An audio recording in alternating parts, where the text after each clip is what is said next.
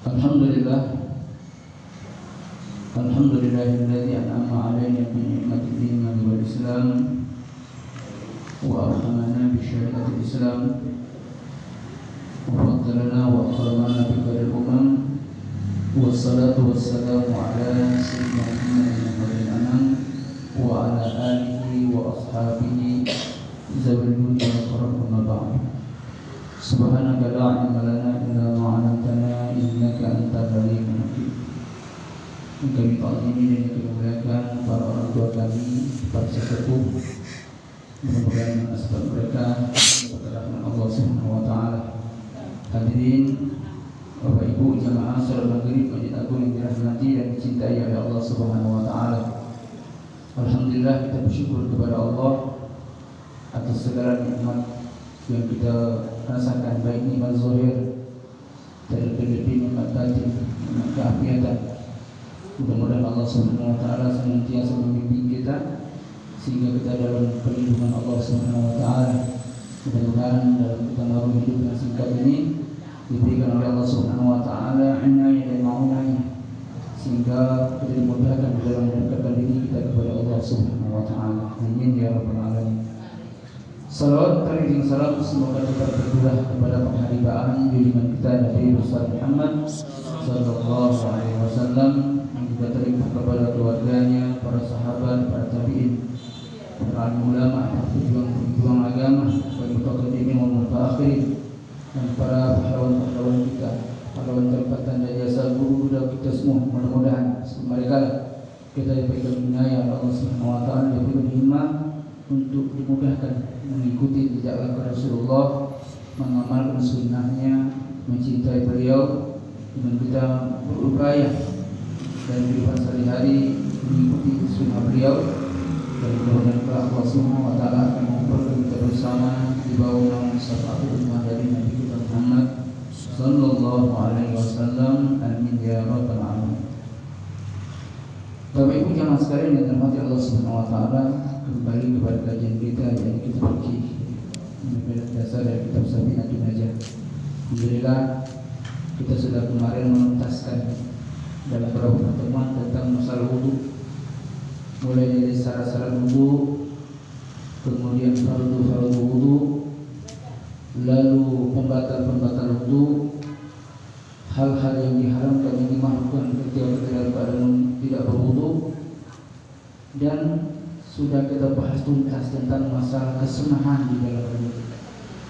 Maka itu harapan kami, mudah-mudahan dengan kita mengamalkan masalah wudu ini adalah amalan yang sangat dicintai oleh Allah Subhanahu wa taala. Mari kita berupaya untuk menjaga wudu. Bukan waktu nak sholat baik, kita nak berperjalanan, kita nak tidur, upayalah kita itu dalam keadaan berwudu. InsyaAllah kita dalam menjaga Allah Subhanahu wa taala. Dan dengan kita mengamalkan wudu, sunnah-sunnah yang di dalam wudu, utamakan 4 poin kemarin ini. 4 poin kemarin diingat kembali. Yang pertama, berdoa ketika kita naik air untuk berwudu. Alhamdulillahilladzi ja'ala al-ma'a tahura. Segala puji bagi Allah yang telah memberikan kita air yang suci, yang menjadikan air itu suci, yang kita bisa memakainya untuk berwudu dalam beribadah kepada Allah Subhanahu wa taala. Kemudian yang kedua, upayakan kita memakai siwak, baik pasta gigi ataupun kayu arak itu, siwak, supaya kita dapat keutamaannya. 2 rakaat dengan memakai siwak itu surat-surat lebih utama daripada 20 rakaat tapi tidak pakai siwak. Kemudian yang ketiga, upayakan kita tawadhu ketika kita setelah wudu, amalkan sunnah-sunnah dalam menyelat dan lain sebagainya. Kemudian tawadhu ketika kita membaca doa wudu, karena doa wudu itu adalah penyucian secara batin. Kalau secara zahir dibasuh setiap anggota wudu agar Allah gugurkan dosa-dosa kita, dosa tangan dari anggota wudu, dosa mata dan lain sebagainya sampai ke kaki. Sedangkan penyucian secara batin yakni doa wudu, maka tawadhu, hadapkan badan kita ke kiblat, angkat tangan, lalu baca dengan tawadhu, penuh harap kepada Allah Subhanahu wa taala, baca syahadat, ya asyhadu an la ilaha illallah wahdahu la syarika lah wa asyhadu anna Muhammadan abduhu wa Rasul Allah ta'ala min at-tawabin wa ja'alni minal mutatahhirin. Amalkan wudu ini supaya kita paling tidak sama dengan Bilal yang terompahnya dengeran di surga. Kita tidak bisa itu. Masuk antrian bisa masuk surga jadi.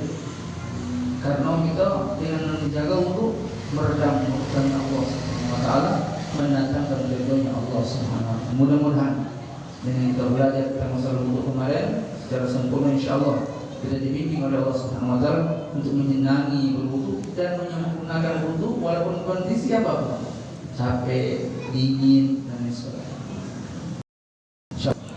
Baik. Nah, selanjutnya kami sudah bahas tentang masalah wudu. Masalahnya sekarang yang kita bahas adalah yang kita lewatkan kemarin, kami ingin menyempurnakan masalah wudu, bab tentang masalah kewajiban kita dalam mandi wajib. Pasal ini sengaja ditinggalkan terdahulu supaya kita lebih fokus kemarin ke tuntas masalah-masalah wudu. Sekarang pasal yang selanjutnya, Bismillahirrahmanirrahim. Qala Abu rahimahullah ta'ala wa nafa'ana Allah bihi bi ulumihi wa ulumina fid dharain. Allahumma amin. Subhanaka la ilma lana illa ma 'allamtana innaka antal alimul hakim.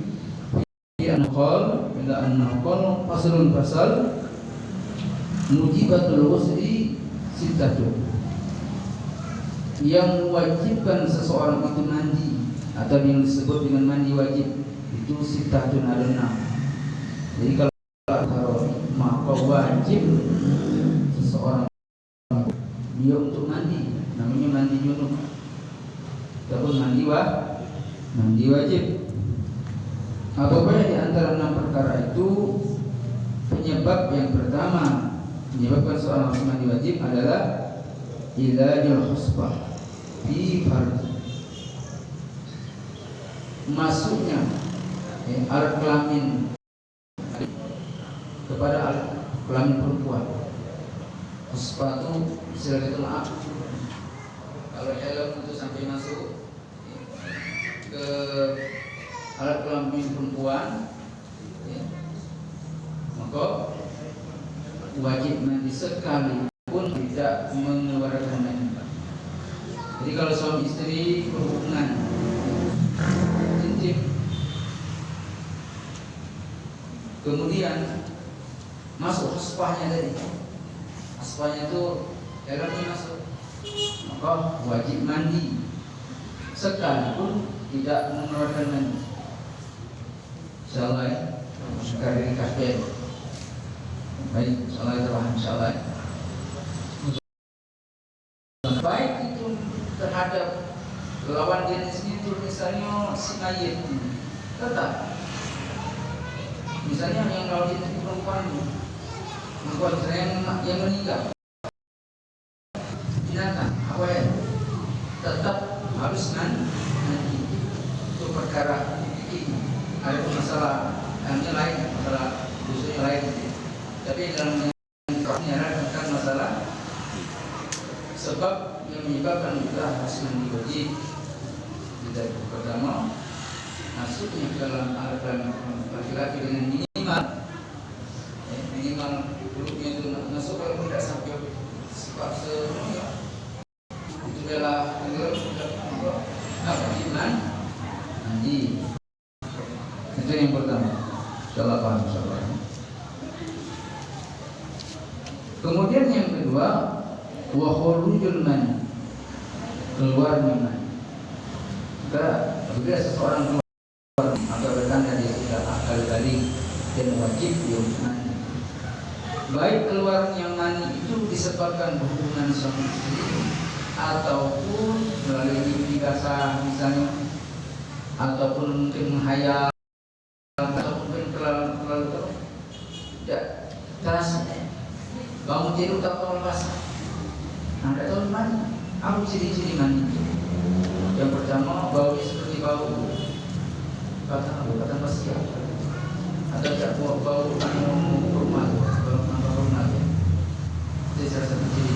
Yang kedua, air mani itu dia berwarna seperti putih-putih, tidak putih susu.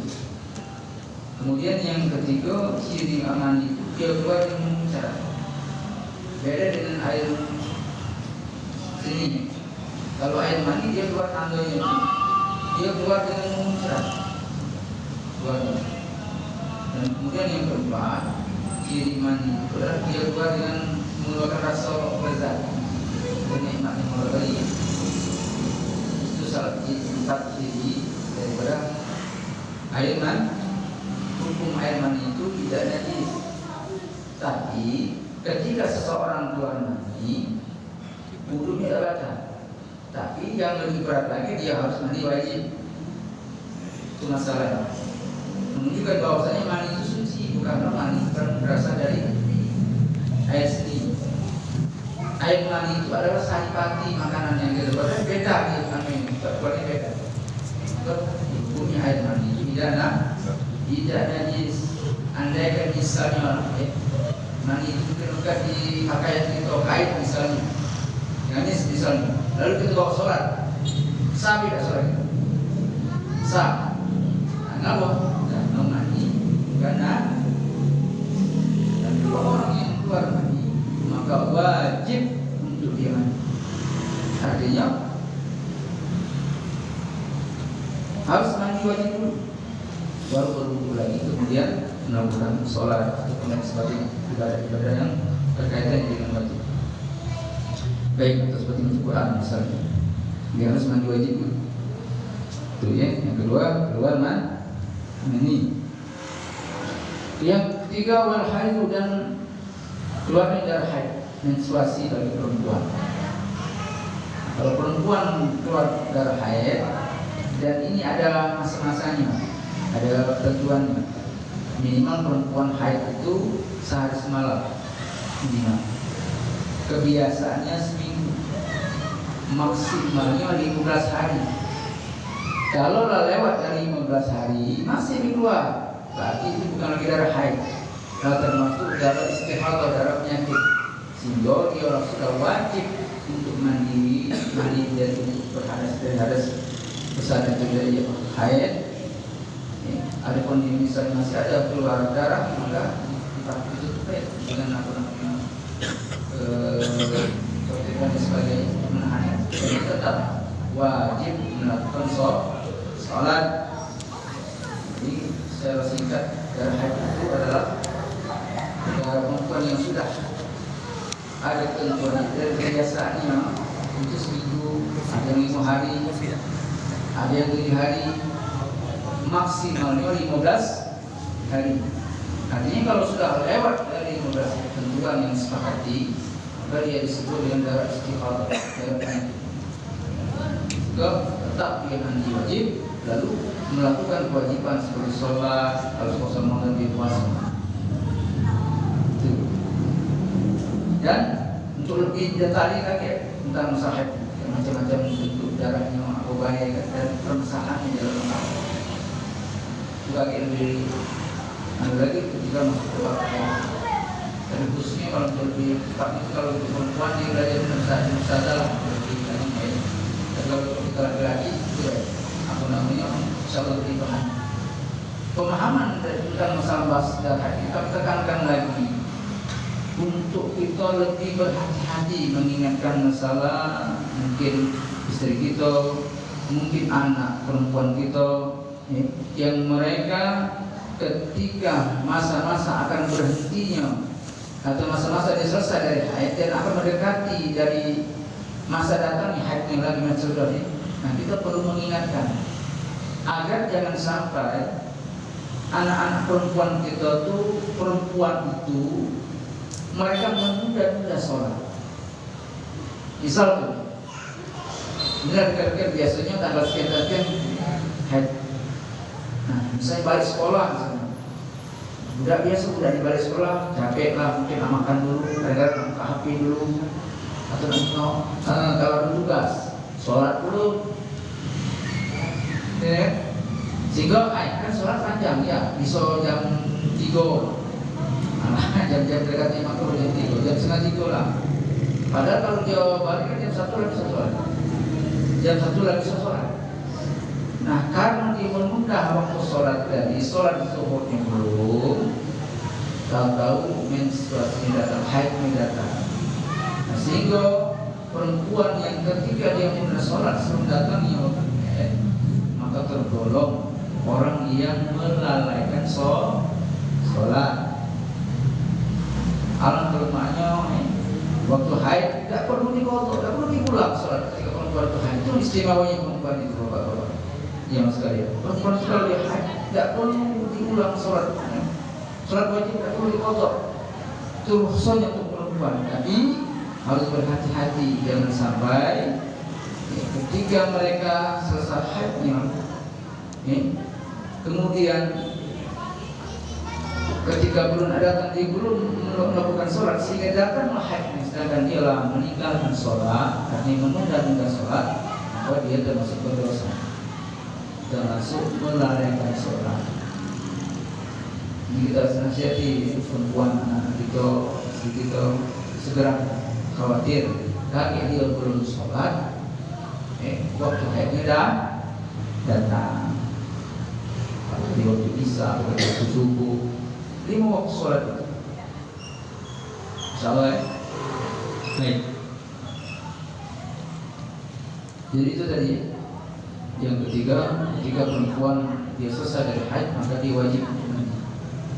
Wajib untuk mandinya juga jangan nunda-nunda. Sehingga lalai waktu sholat. Misalnya dia selesai haidnya, nggak bersih dalam artian tidak lagi keluar darah, itu jam-jam 2 misalnya, maka diwajibkan.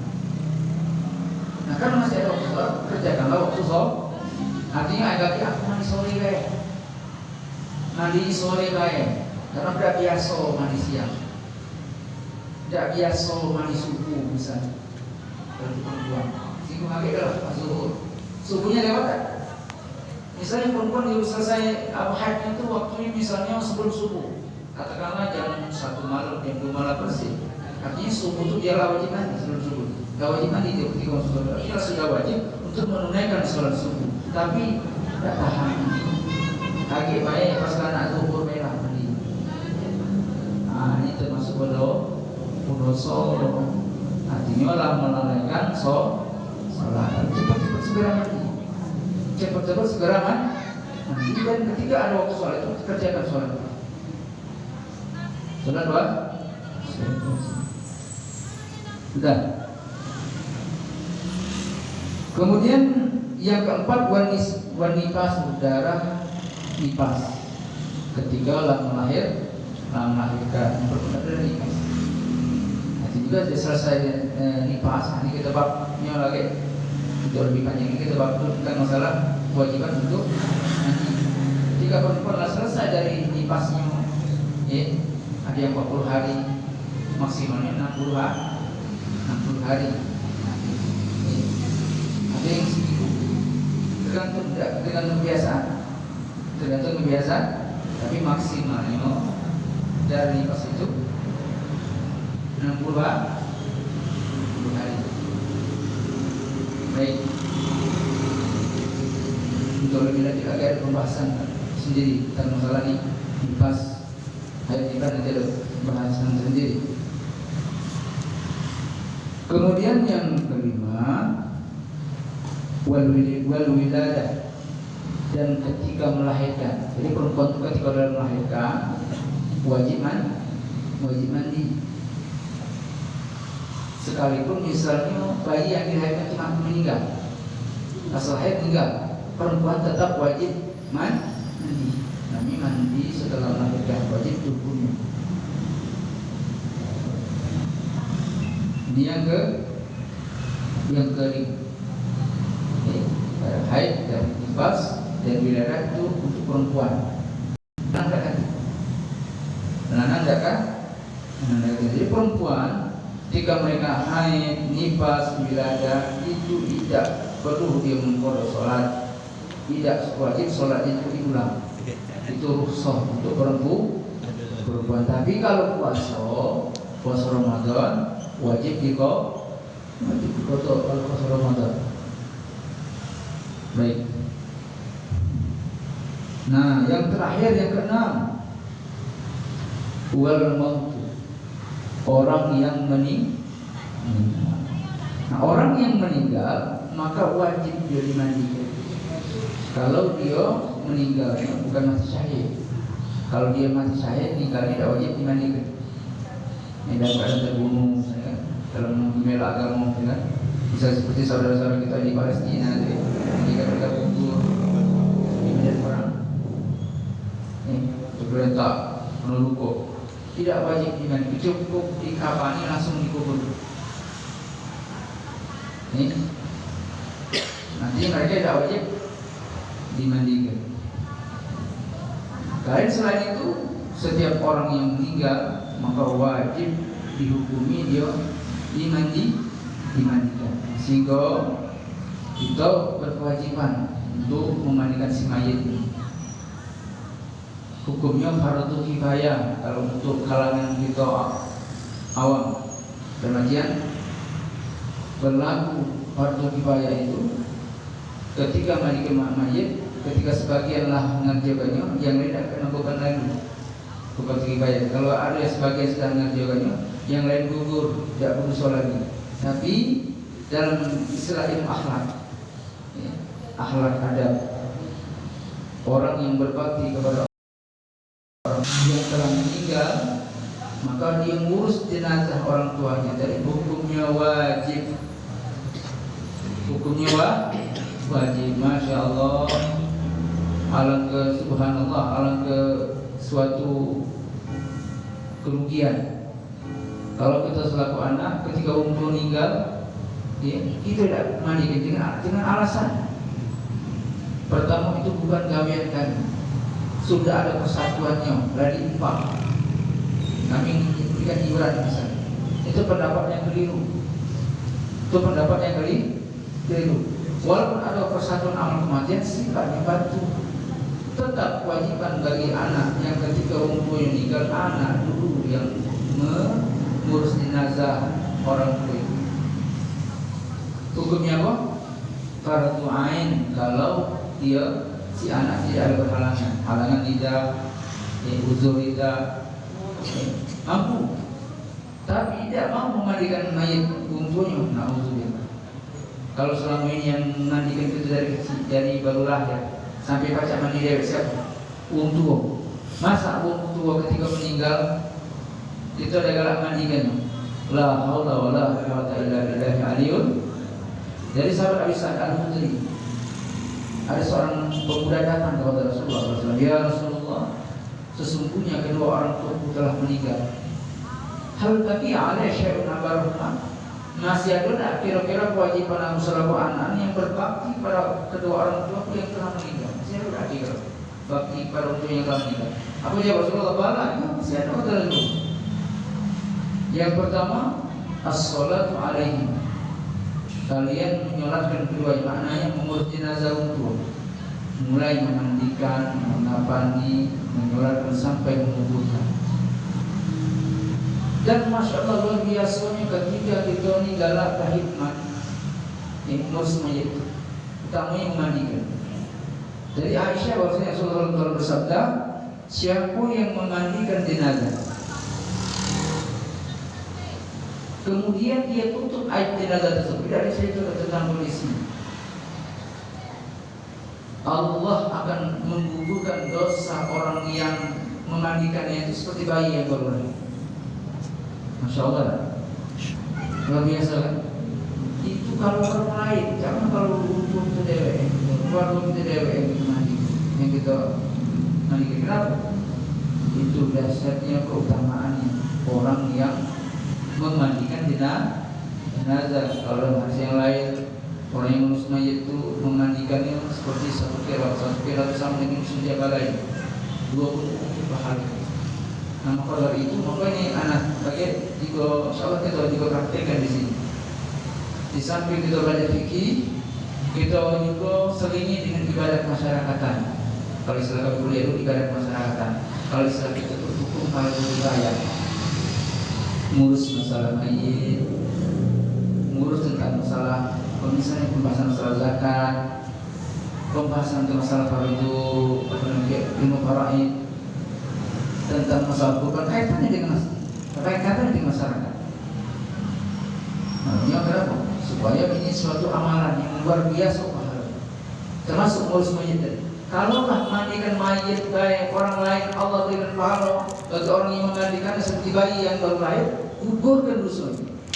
Apalagi kalau kita untuk bantu hikmat untuk benar itu memahami tentang ilmu fardu kifayah ini, niat kita untuk berhikmat.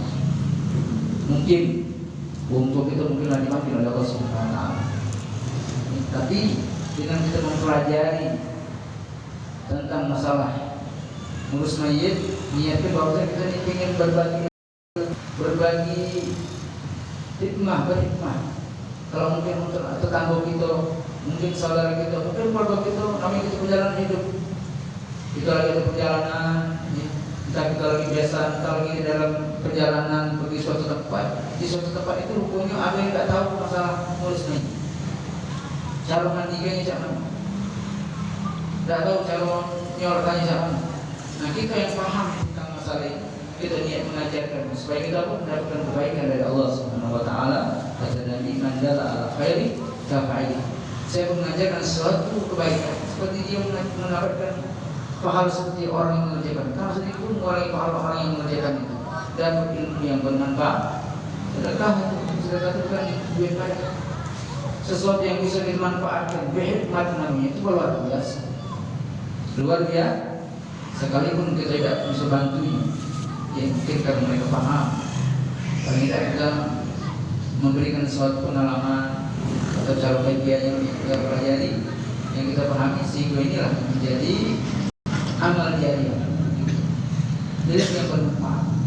Apalagi generasi muda mainan, budak mainan. Banyak lagi yang tak paham. Ini kekeliruan itu disebabkan dua perkara. Yang pertama beranggapan itu tadi di suatu tempat beranggapan bahwasanya itu pekerjaan Persatuan Amal Kematian, bukan gawe kami. Mereka itu sudah digaji, sudah diupah. Jadi kami buat apa Pak? Aku itu lepas saya. Ini pendapat yang sangat keliru besar. Yang kedua, beranggapan bahwasanya yang lebih afdal itu ngurus mayit itu wali, ustaz, kiai. Saya mahal ya, kami ini apa? Ngambil berkah, ngambil berkah, ngambil utang itu keliru. Padahal yang lebih afdal memandikan jenazah, mengapani, menyolatkan itu bagus anaknya sendiri, afdal anaknya sendiri. Yang lain ikut dalam hal itu bantu, minta doanya bagus, minta pandu bagus. Tapi untuk prakteknya lebih utama itu adalah anak kandungnya, baik imam jenazah, baik ketika misalnya ngurus mandikannya tadi, ngapaninya. Insyaallah ya. Kalau kita ke depan kita selingi, kita jenuh juga karena kayak segini jenuh, mendadak. Nah diselingi dengan ibadat masyarakat tentang praktek masalah praktek ketika masalah mandikan jenazah. Karena mandikan jenazah jangan dianggap sepele. Kadang-kadang dalam hal cara mandikannya itu ada yang mereka secara mazhab Syafi'i ini ada yang keliru. Kelirunya di mana? Kadang-kadang air kapur barus itu dibarengkan dengan mandikan mayat, dicampur dengan air yang bersih, dicampur dengan air sabun, sehingga menyebabkan dan syarat kita bersuci yang setelah kita pelajari waktu kemarin itu tentang masalah air yang dipakai itu kan tiga macam ini, manis. Yang pertama disebut dengan air tahirun mutahhir, air yang suci lagi mensucikan. Nah di ember jadi, nah di tong jadi, nah di deterjen jadi, nah langsung selami jadi. Yang penting pertama dalam hal mandikan mayat itu air yang suci lagi mensuci, ini mutlak atau tidak yang untuk mensucikannya. Yang kedua disebut dengan air sabun. Kalau dulu kan mungkin zaman dulu belum ada sabun, maka pakai wangi-wangian bunga kembang. Makanya kadang-kadang yang masih tidak paham nih, aku carinya kembang tujuan.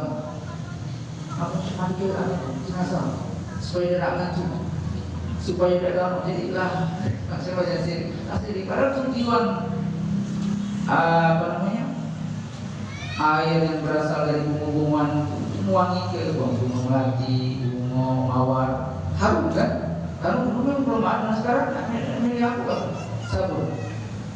sabun cair, bau melati ada, nah bau bunga mawar ada, tinggal pilih. Ini yang kedua, sifatnya untuk membantu menyucikan, bersihkan. Dan yang ketiga adalah air kapur halus. Nah, air kapur halus ini, itu sebab fungsi air kapur halus itu adalah untuk mengawetkan jenazah supaya jenazah tidak mudah bau. Benar tak? Dalam hal tata cara kaifiah memandikan jenazah, afdolnya kita menyiramkan air kapur halus itu terakhir kali. Setelah jenazah sudah dimandikan dengan bersih, sudah diwudukan, barulah disiramkan dengan air kapur barus. Sehingga fungsi air kapur barus tadi yang mengawetkan jenazah itu berlaku. Yang kedua, air kapur barus adalah air yang suci tetapi tidak mensucikan. Air kapur barus itu air yang suci tetapi tidak mensuci. Kenapa? Karena berubah sifatnya dengan bercampurnya air kapur barus. Sehingga kadang-kadang ketika dia dipakai untuk mandi langsung baru diwudukkan, dikhawatirkan air yang kapur barus yang masih melekat tadi menyebabkan penghalang air yang untuk mensuci dipakai untuk berwudu, tidak mensucikan jenazah. Jadi untuk mengambil amannya, ikhtiar hati-hatinya, maka air kapur barus itu afdalnya, utamanya adalah disiramkan terakhir kali.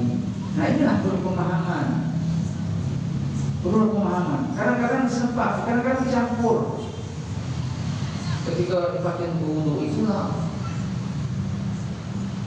inilah niat kita. Insyaallah dengan kita memahami tentang tata cara kaifiah masjid, insyaallah kita mendapatkan kesempurnaan niat dalam kita berlomba-lomba dalam kebaikan dan berbuat kebaikan, insyaallah. Baik, itulah 6 perkara yang menyebabkan seseorang menjiwa. Jadi kalau ada 6 perkara ini maka wajib dimandikan, termasuk si mayit tadi, termasuk si mayit. Tapi untuk lebih jelas lagi kalau masuk bab tentang masalah ngurus mayit.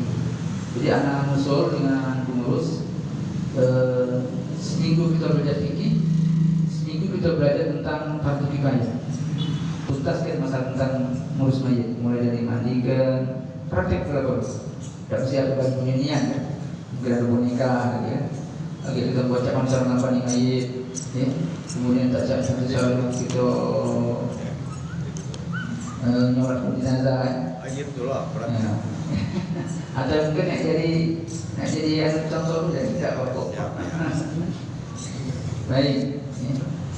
Perlu kita belajar tentang praktik baik masyarakat tertentu. Insyaallah karena itu beri hikmah untuk kita berbuat kebaikan, menolong sesama tentang masalah fardu kifayah. Insyaallah pahalanya. Satu mandikan jenazah, satu kira itu 2 gunung Uhud.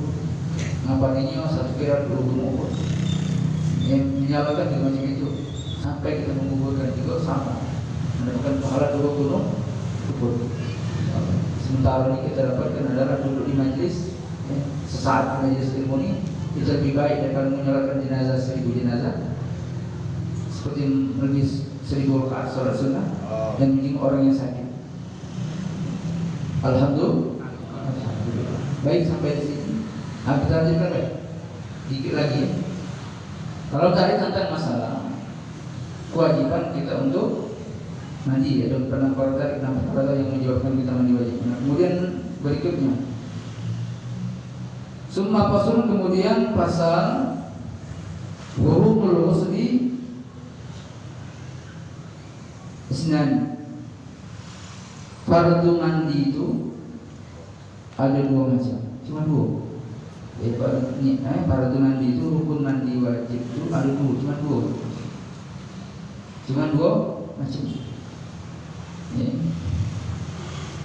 Yang pertama an-niyat dalam hal mandi wajib.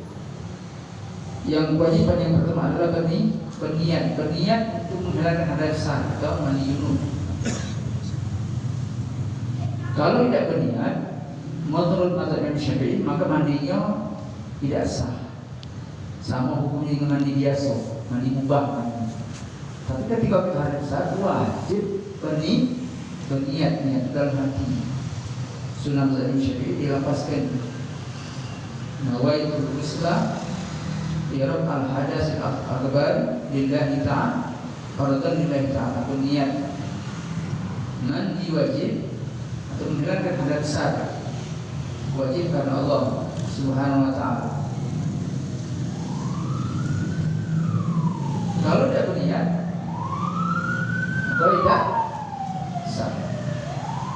Nah, kemudian niat tadi adalah untuk menghilangkan hadas besar.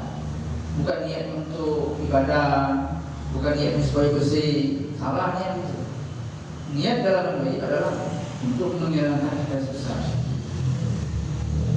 Kalau niat yang lain, pernah cerita dulu yang bertanya. Tadi ada seperti tempatnya. Pernah kan ada bertanya, jemaah. Saat selama ini niatnya itu karena tidak paham tadi.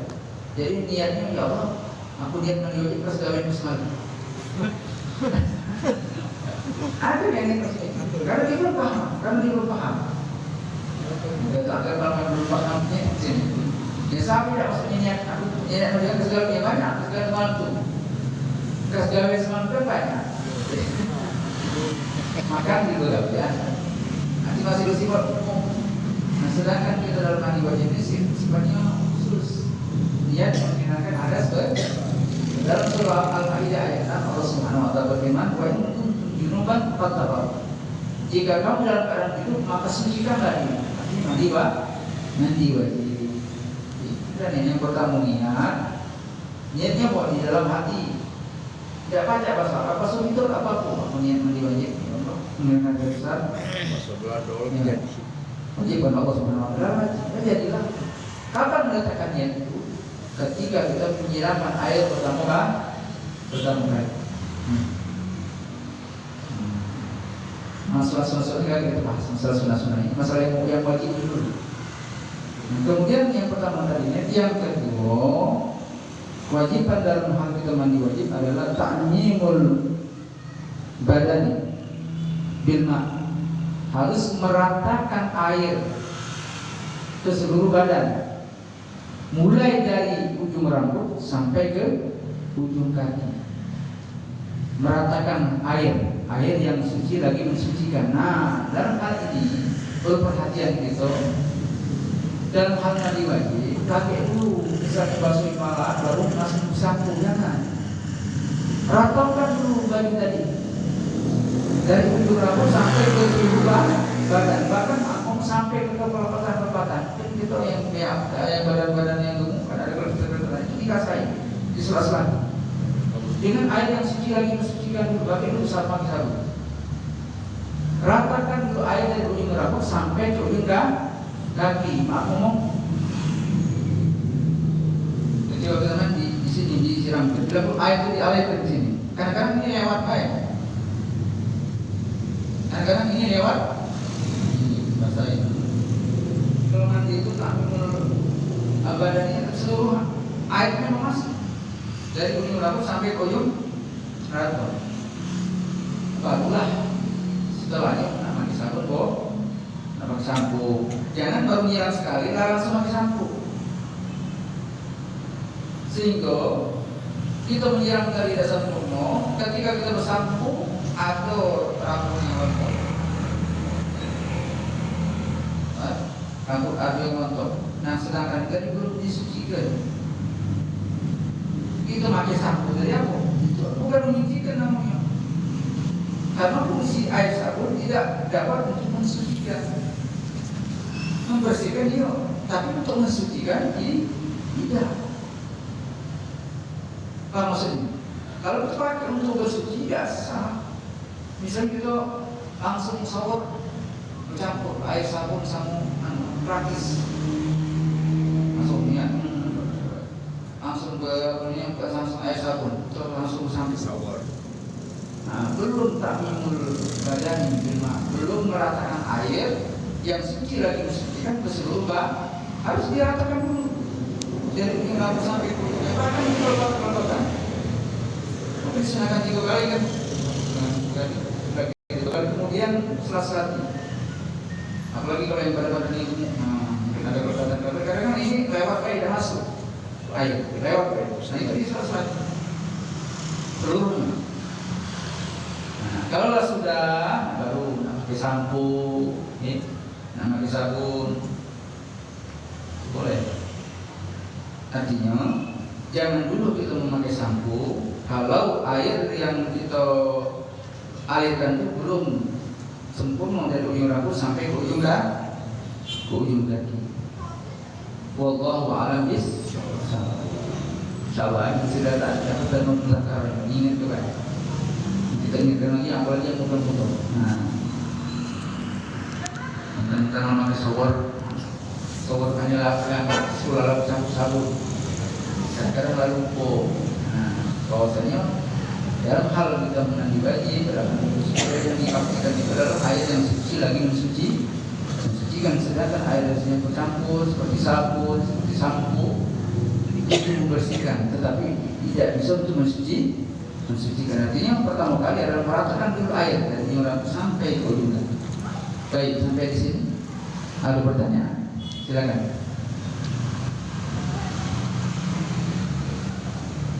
Assalamualaikum.